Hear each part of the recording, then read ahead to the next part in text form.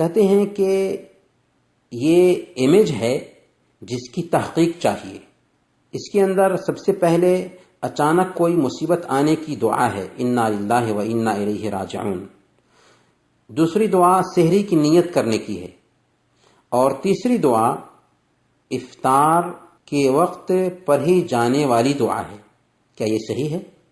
دیکھیں، اس سلسلے میں ہم عرض یہ کریں گے کہ اگر کوئی ہم کو ایسی خبر پہنچتی ہے مصیبت کی تو اس وقت انا للہ و انا الیہ راجعون کہا جائے گا، یہ صحیح ہے.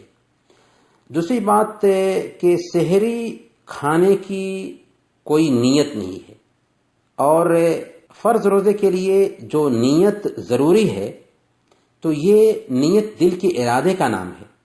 نیت کے لیے الفاظ عام طور پر جو بنائے جاتے ہیں یا جو عام کیے جاتے ہیں وہ صحیح حدیث سے ثابت نہیں ہے. اللہ کے نبی صلی اللہ علیہ وسلم اور صحابہ سے کہیں بھی آپ کو کسی بھی حدیثی کتاب میں نہیں ملے گا کہ نیت کے یہ الفاظ ہیں کسی بھی عمل میں، بلکہ نیت دل کے ارادہ کا نام ہے.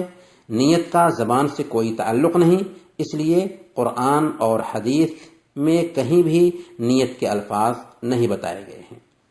تیسری بات یہ ہے کہ افطار کے وقت پڑھنے کی جو دعا بتائی جاتی ہے وہ دعا ضعیف ہے. صحیح بات یہ ہے کہ بسم اللہ پڑھ کر کے افطار شروع کریں اور اس کے بعد دعا کریں گے ذهب الظمأ وابتلت العروق وثبت الأجر إن شاء الله.